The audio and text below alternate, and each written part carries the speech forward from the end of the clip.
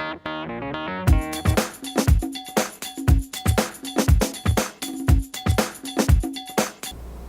this is Sitima Fowler, CEO of Capstone Information Technologies. I'm here today with Naomi Silver, President and CEO of the Rochester Red Wings. As many of you may know, Naomi's dad, Naomi Silver, was credited with saving baseball in Rochester and for taking the ballpark's shares public, taking the business public and selling his shares. Now, when Naomi came on board, there were other difficulties, there were other challenges, there were financial issues she had to deal with, and not just that, the stadium, Silver Stadium, no longer met the major league requirements, so she had to convince local and state government to invest in a brand new ball field, which is now called Frontier Field. So Naomi, you are a true Rochester rock star. So a couple of things that I want to talk to you about today. The first is, what is the process? When you first came on board, you know, you've always been involved, but when you came on board and you saw that you had to turn the ball field around, you had to get people to invest in a brand new field, what is the process? Take us through the process of how you went about getting those things done.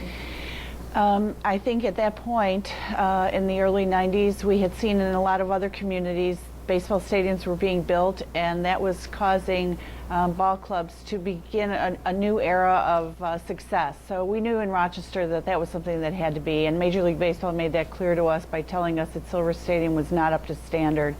Trying to renovate a stadium to bring it up to speed was just not feasible any longer at our old site.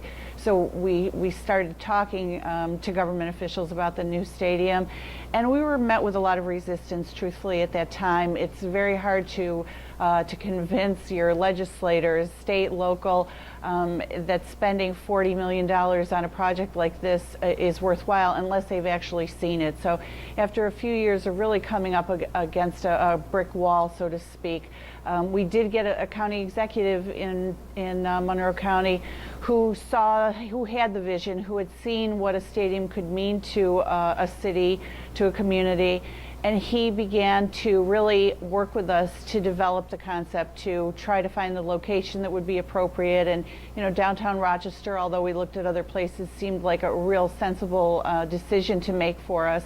You know, central to the east side, the west side, it just made sense for us. So finally, after many trips to Albany and around meeting with our different legislators, it was agreed upon, and you know that it's a several-year process to make something like that happen, but the community, our fans, and people who weren't our fans got behind the concept of a new stadium, and we knew that it could be the game changer in Rochester. You know, prior to Frontier Field, hoping that this sounds right.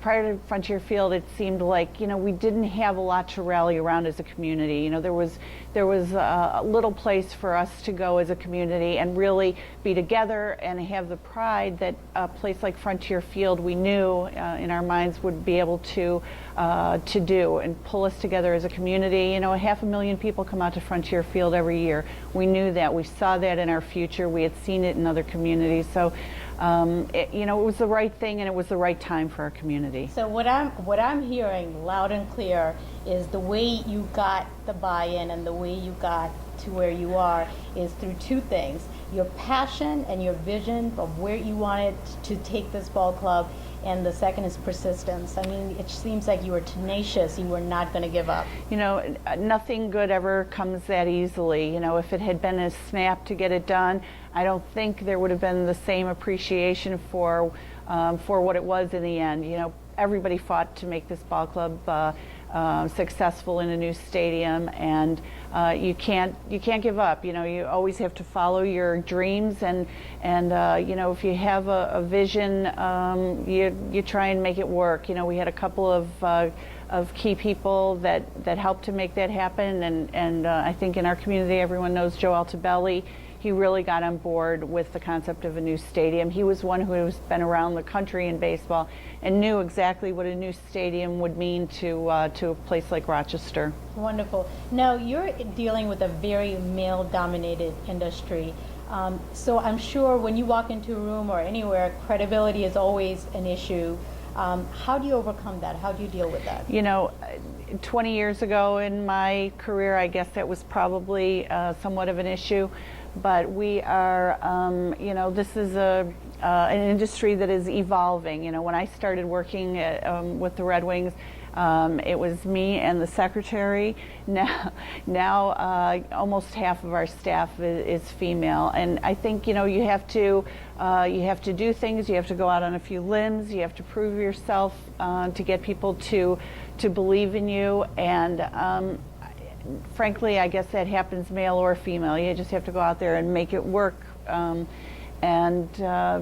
People recognize stick-to-itiveness, recognize the passion, and you make a few right decisions, and credibility starts to come your way. Wonderful. Now, what is the secret to convincing people to buy into that vision, that passion you have, and the vision you created, and therefore get people to spend their money? Well, here at the ballpark, you can come out here 72 games a season and see what it's all about, and see the enthusiasm of our community. And we don't find it overly taxing to get people to buy into what we offer here.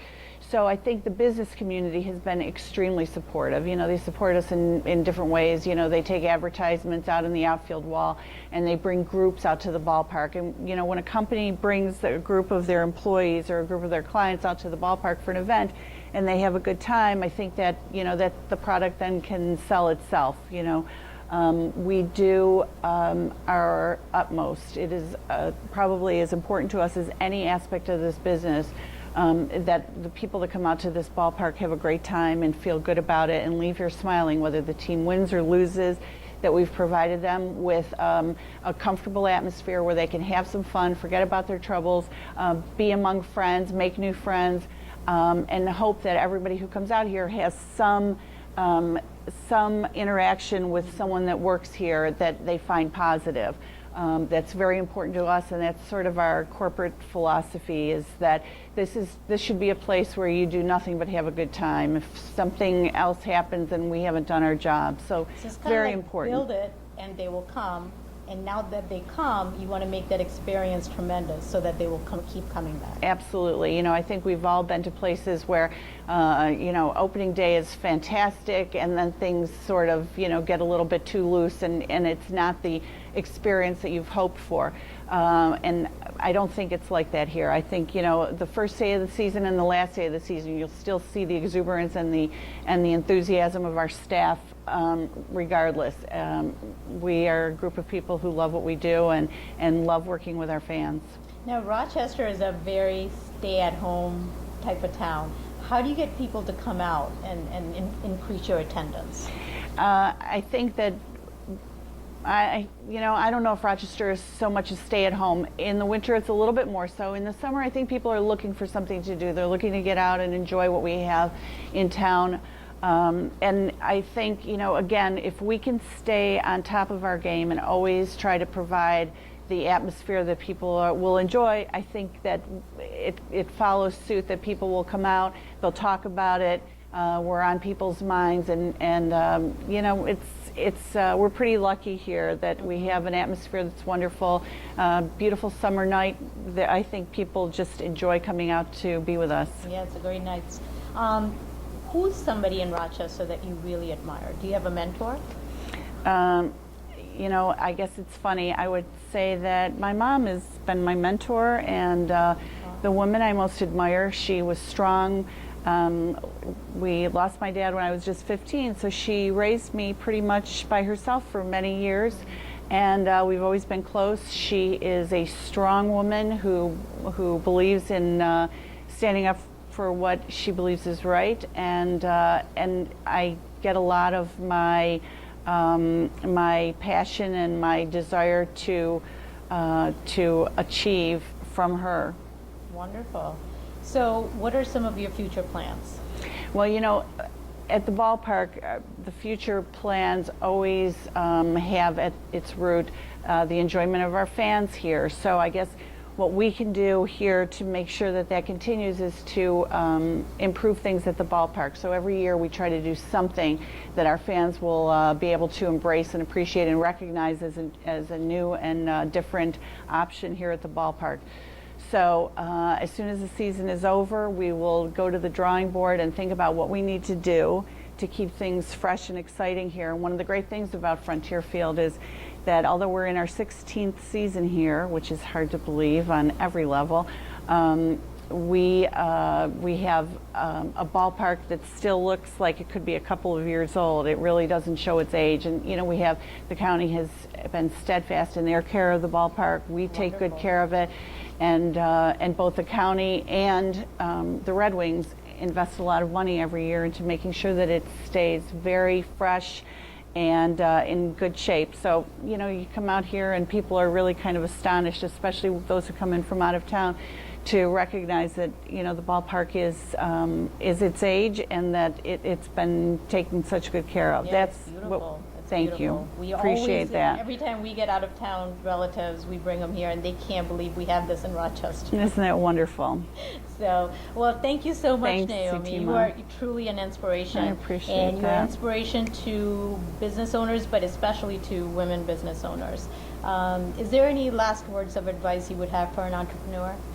I guess, you know, the most important thing is to enjoy what you're doing, and hopefully a person gets into a career that they can really feel good about. Enjoy what you're doing, set your sight on some goals, and don't give up. You know, it's sometimes hard to persevere through the negative, but if you're committed to the idea that you have, you just have to go for it. And it's so true. And when you go for it, you have to go for it wholeheartedly and give it everything you have. Nothing ever happens because you've given it, you know, a shot. You really have to give it your heart and soul. And I believe that most people can achieve what they're trying to.